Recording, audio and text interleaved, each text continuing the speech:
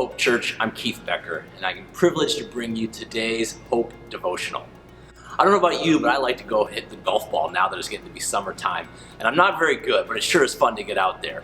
One of the things I've enjoyed doing recently is playing in tournaments where you play with the best ball, and that is where all four players hit the ball. Whichever ball goes the furthest, you play off of that ball. It's a great way to make the game go faster and camaraderie, and it builds a team.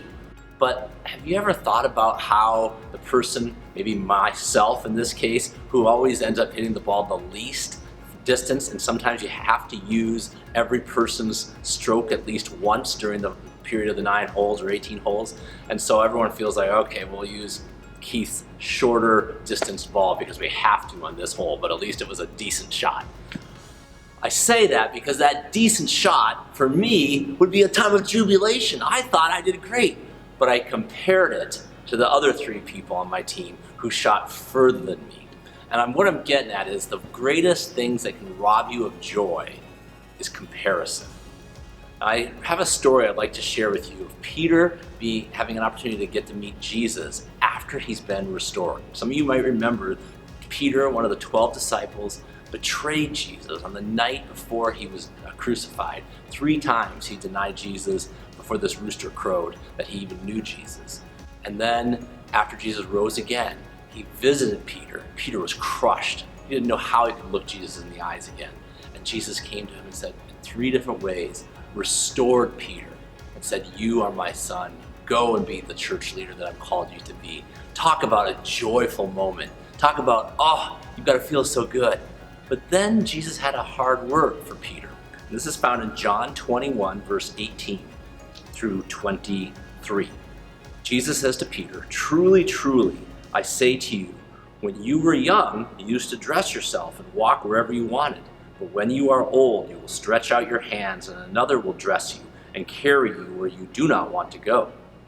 This he said to show Peter by what kind of death he was going to glorify God. And after saying this, he said to him, follow me. So you got to picture, Peter's just been restored by Jesus 3 different times, saying, I love you, you're going to do this well. And then Jesus has this harder saying, you will die, but follow me. And you'd think Peter just goes, I've been restored, I'm feeling good. I know it's going to be hard, but I'll follow you, Jesus, anywhere. You think is how he would have his attitude stay.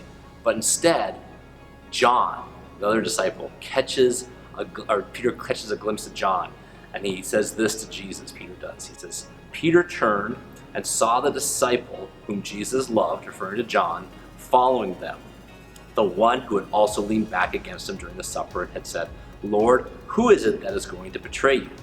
When Peter saw him, he said to Jesus, Lord, what about John? You get that? What about him? Is he going to have to live or die like I have to? It's the comparison game. And what did Jesus say to Peter? Jesus said to him, if it is my will that he remains until I come, what is it to you? You, Peter, follow me.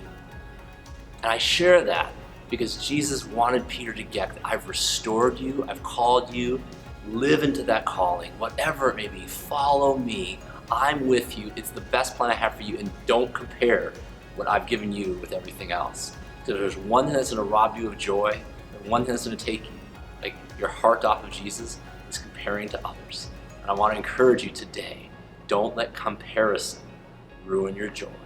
Focus only on Jesus and let him be the one that restores you to fullness of life.